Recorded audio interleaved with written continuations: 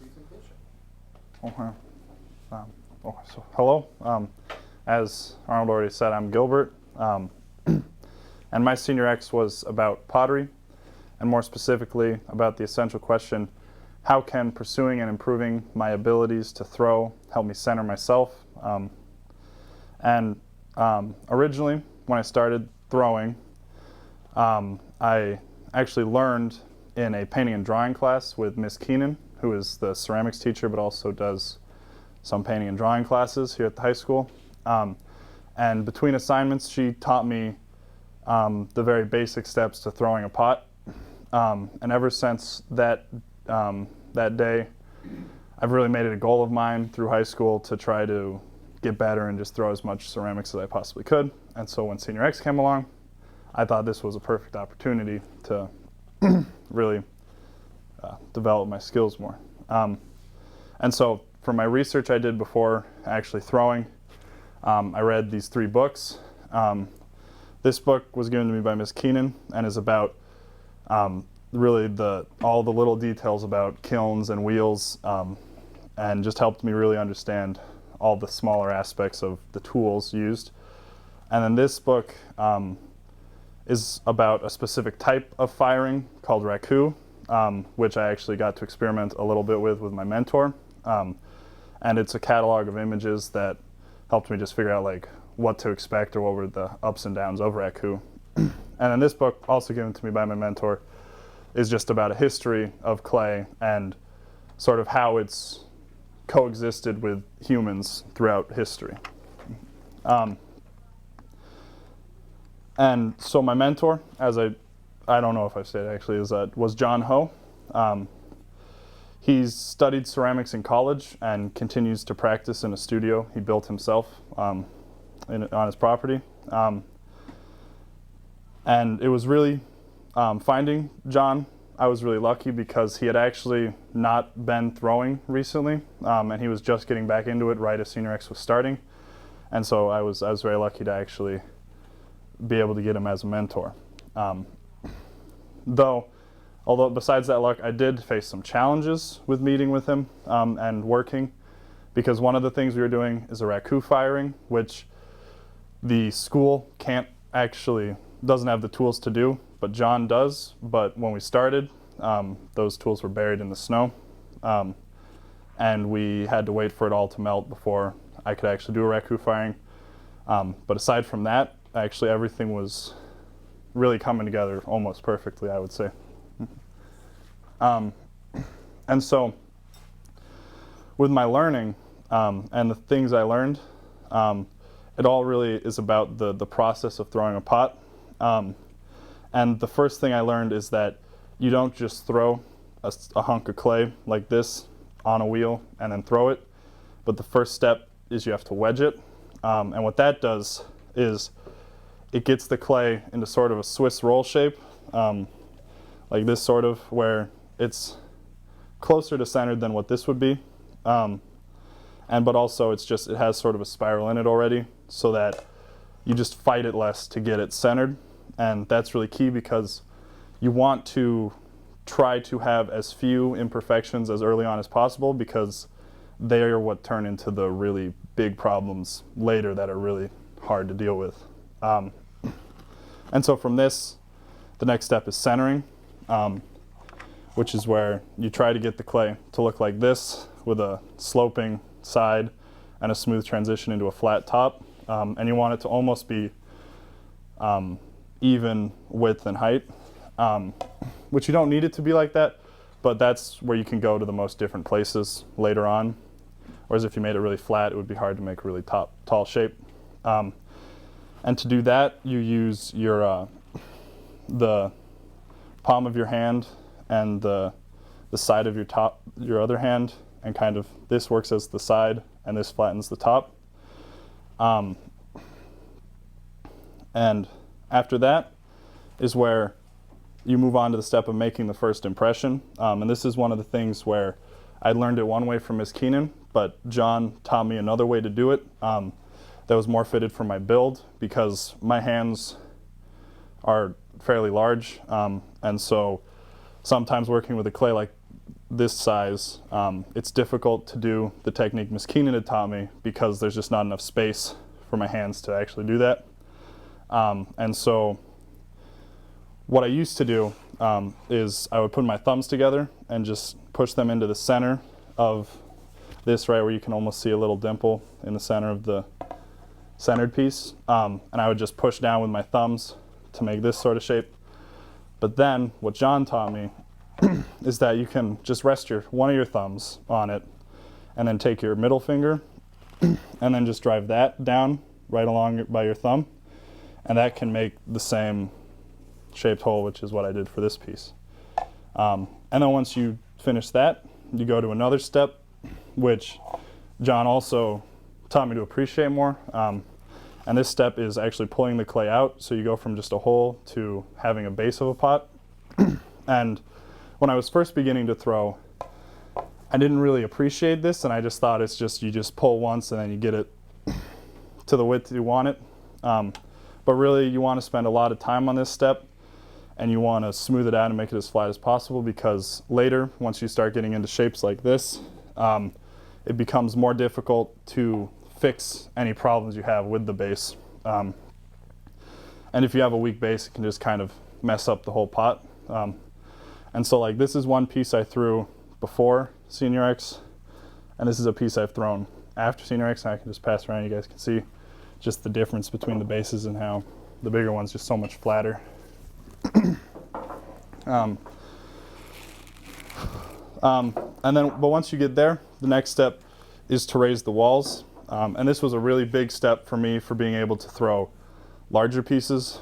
Was when I first started, I would use this part of my finger on the outside of the pot and these two fingers on the inside, and I would just raise it like that to try to get it taller.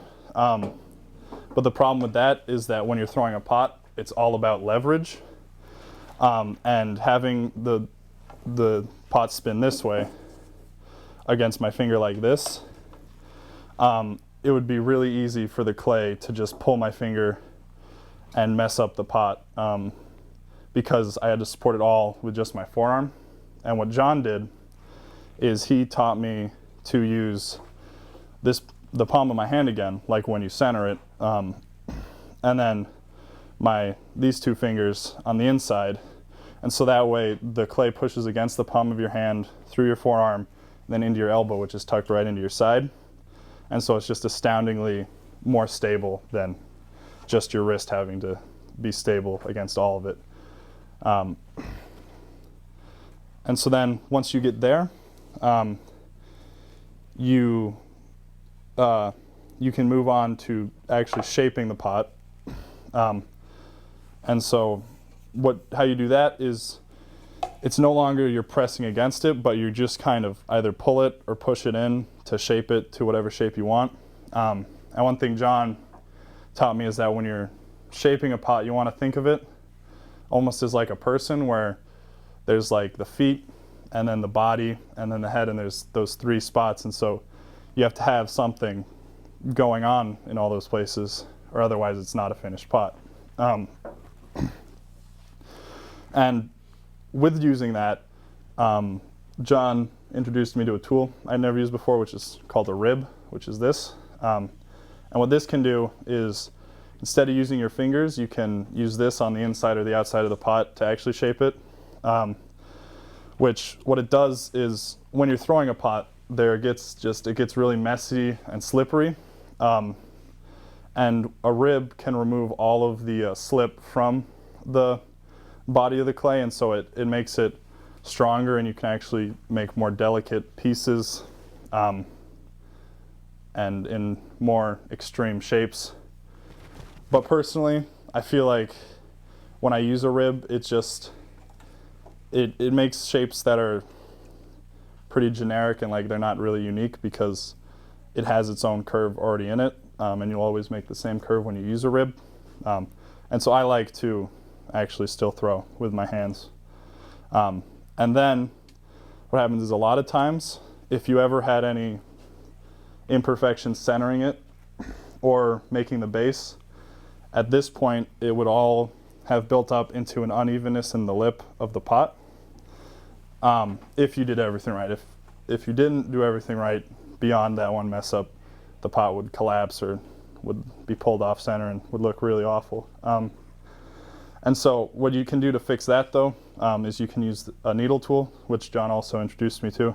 And what you would do is you take the needle tool and you take your middle finger again, and while the pot is spinning, you would just put your middle finger would run along the inside of the rim, and then right where the imperfection stopped, you would just slowly insert the needle tool, and then it would remove a ring that you can just pull off the top, and then you can just sponge it down to get rid of all the scruffiness, and you have an almost perfect rim.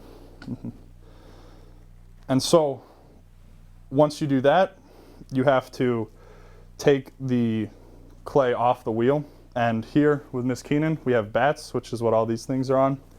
And that's what we've always used, what I've always used, until I worked at John's studio, because he doesn't use bats. He just cuts it off the wheel while it's still wet and moves it. And that was a really big struggle for me, because it was scary to have this pot you just made, and like you could just pick it up and ruin it, but you got to move it off the wheel if you want to keep throwing. And so he taught me how to basically you just cup it and you just try to move fluidly, and in one motion, just move it from the wheel to either a piece of wood or something flat you can set it on and it can dry on. But once you get it off the wheel, you let it dry until it's leather hard, which is this piece is a leather hard piece. So if you want to pass it around, you can feel it. It's yeah,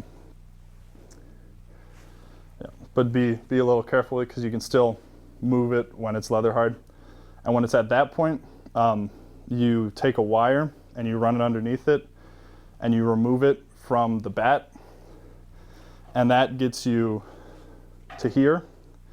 Where then you have this flat bottom, and so then you actually put it back on the wheel, and you have to center it again, which you just do by either drawing circles on the wheel itself, or spinning it and then sliding it and spinning it and sliding it until it looks like it's staying in place. And then you have to trim a foot ring, and so with that you just use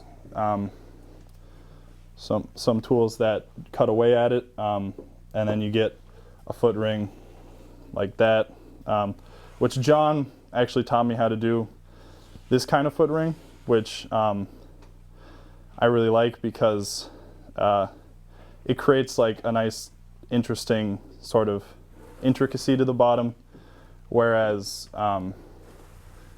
this is a better example of it, where there's this, but then there's also this piece around, which you actually do by pressing a piece of metal in, and then it doesn't carve away at the clay, but it just pushes it down, versus this type where it's just a ring. And then once you get that, you have to let it dry until it's bone dry, which this is a piece of bone dry clay, whereas that's leather hard. And it gets really fragile when it's bone dry, so I won't be passing that around.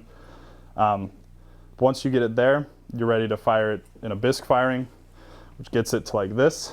And once a piece of clay is bisque fired, it chemically changes so that it can never actually be dissolved again.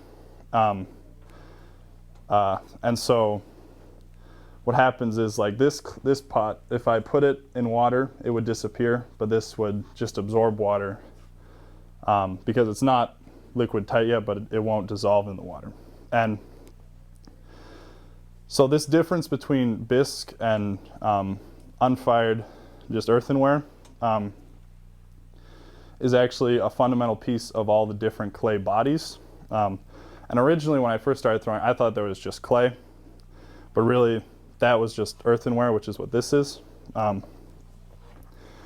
And there's also porcelain and stoneware, and terracotta, which this is terracotta. And the big differences between them is the amount of grog that's in them, and grog is shards of bisque-fired clay in the actual clay body. And what it does is grog will help support the clay you have so that when you're throwing it, it'll be more rigid and it won't collapse on you, and you can experiment with more extreme shapes. But the problem is grog also makes it so you can't get too fine of a shape, or you can't get too thin of a shape, because there's still these little pieces of bisqueware in there. And so porcelain actually has no grog, and it makes it a really interesting clay body to work with, because it is difficult and more difficult than earthenware to throw, but you can actually get it so thin that light can shine through it.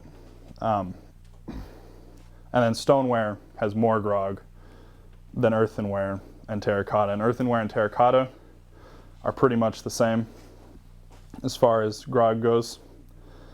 But once you get it bisque fired, you glaze it. And glazes are a mixture of glass and metal. And the metal gives the coloring, and the glass basically fills in all the pores in the clay. So as I said earlier, how a bisque piece will absorb water, this makes it so you can actually hold water in a pot, glaze does. And so this is one thing where me and John actually did some raku firing, which is an alternate form of glaze firing, whereas these pieces are just regular glaze fired. This piece and this piece were raku fired. And what that does is, well, it creates a really cool metallic effect where there's like almost like it looks like there's oil spills on the clay itself. But the way you achieve that is in the middle of the firing, you actually open up the kiln and you take the pots out with molten glaze on them, and you throw them in a reduction chamber, which is just somewhere where there is flammable substances, but oxygen can't get into it. And so the clay wants to burn, the surrounding area wants to burn, the atmosphere wants to burn, but it can't because there's no oxygen. And so it interacts with the carbon in the clay and in the surrounding area to make these really metallic colors in the cracking.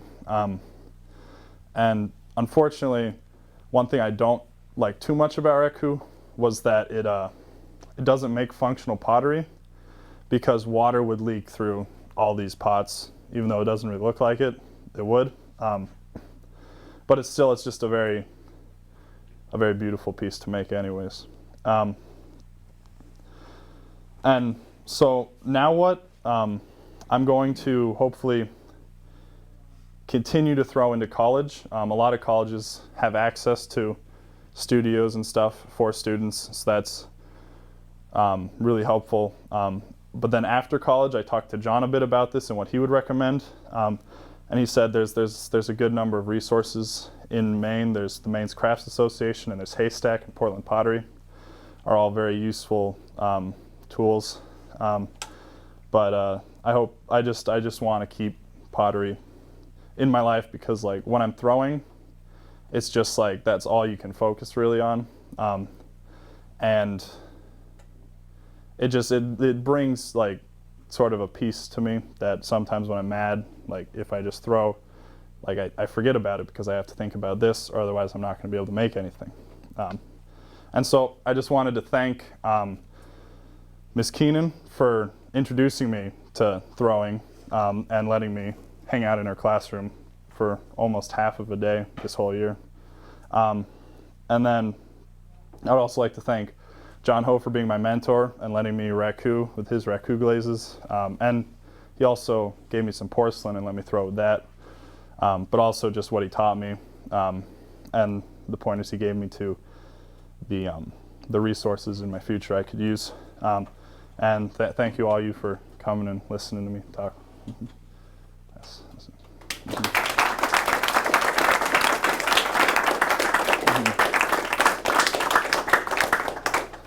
All right. Are there any questions? First, any of the panelists have questions? I had one.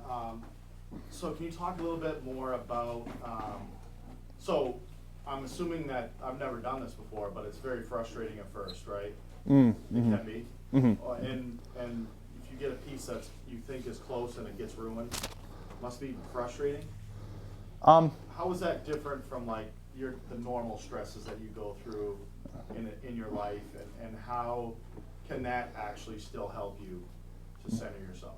Well, I think it's kind of like, it's actually those stresses of worrying about the pot is actually what helps me not worry about the other stuff, because it's like you got to focus on what you're doing, and if you're worrying about other stuff, you'll keep messing up, and so you really have to clear your mind to be able to throw well, almost. And so it's the difficulty and the fear of messing up that I feel actually helps me get over my other fears I have of messing up. Oh. Would you own your own studio? Oh, I mean, if I could, I would love to, but it's pottery equipment is really expensive, and so it's more realistic to just beg and plead to use other people's stuff. Mm-hmm. How come it's called throwing? Throwing? I don't actually know. Not really throwing anything. Yeah. I mean, I guess when you do start with a bigger piece of clay, you do have to throw it really hard onto the wheel. Because if it doesn't stick, when it starts to spin and you try to center it, it'll just stick to your hands and come off the bat. So maybe that, but... Sounds good. Mm-hmm.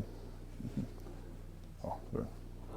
Can you not use the raccoon firing? Like, can you not do that in a normal kiln? Or do you need like like you said that there's, like, school doesn't have the right equipment for raccoon firing? Yeah. So with a regular kiln, the top just kind of opens up like a big can. But when you're raku firing, that can be difficult because you can't like reach into the heat and just pick up the stuff. And so what John has is a kiln that actually is attached to a cable at the top, and it's like the whole like top 2/3 you just lift off with a crank, and then you can reach in from the side and remove the molten pots. But I mean, I guess if you really tried, you could raku fire with a regular kiln. But the problem is once you open it up, all the heat would escape so fast that like keeping it, if you want to do multiple firings, it would be difficult. Versus with the raku kiln, there's still the top there, so all the heat, you don't lose too much heat out the sides as much as you would from the top. So that's the big difference. Which pots are your favorite? My favorite, I really like the red one, the red and blue one that got passed around. And I really like this. I really like all the raku stuff. I don't know. I like them all. I think my question is long-winded, and I apologize because I'm a writer.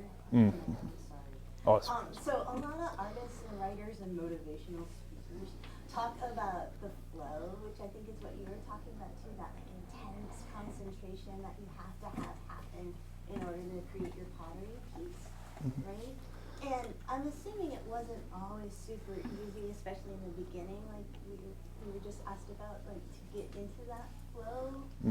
How would you tell people to like get into that? Like how would you advise them and help them? And also, is there any other activity like sports or other arts that like you get into that flow too, that's not just pottery? I told you it was long, I apologize. Yeah, no, it's fine. But I would say it's just kind of like, it's something where you have to actually mess up and get really frustrated and mad, and you just have to keep trying and messing up until they're just kind of like the determination just becomes so much that you're like, I'm gonna do this and nothing's gonna stop me.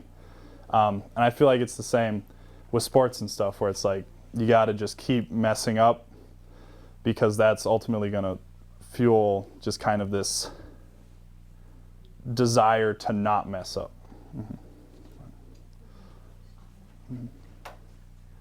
So Are you thinking at all about going out of sort of the traditional shapes and maybe becoming a ceramic artist using not a wheel, or doing any sort of bizarre experimentations with different shapes, etc.? I mean, glazes, that's a huge area, but just with your basic shapes and making pieces of art.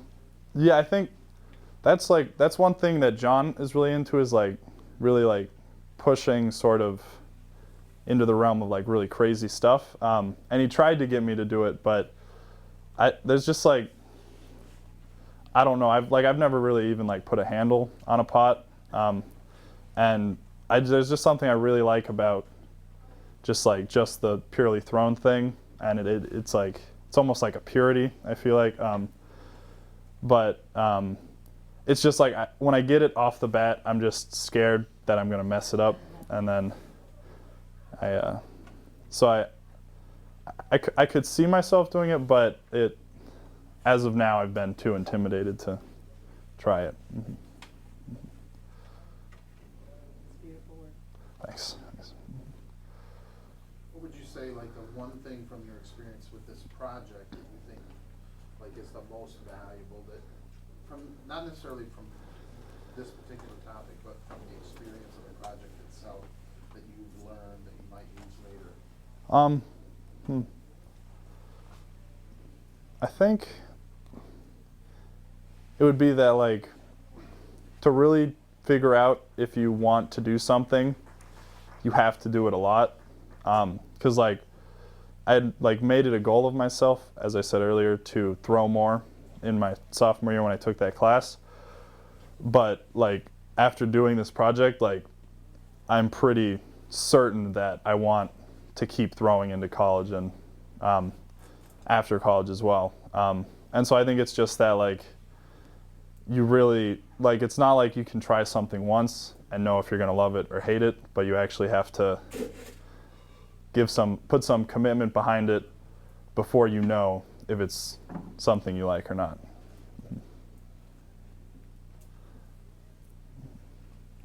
Any other questions from anyone? Yep.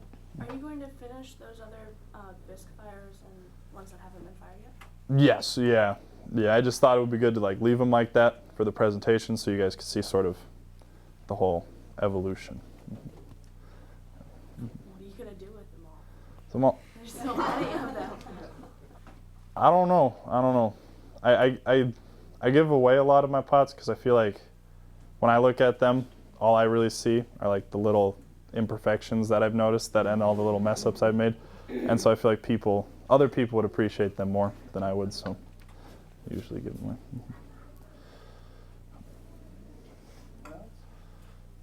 Oh, yeah. So when you're like throwing a pot and you're sort of like shaping it, do you have like this preconceived sort of like visual of what you want it to look like before, or do you kind of just go with it? So what I should do is have a preconceived idea of what I'm gonna make, and that's something John really talked to me about when he told me about like thinking of it as like a person and stuff. And he actually I would like sketch ideas for shapes before I would even throw them. But a lot of the time I find myself like I just want to throw, and so I find myself centering a clay, and then while I'm working through these steps, I'm thinking about what I want to be. But that can become problematic because sometimes I mess with the shape too much, and if you try to like make a pot too wide and then shrink it up again, it gets really difficult, and so I mess up a lot of pots because more often than not I don't have a preconceived idea, but I should.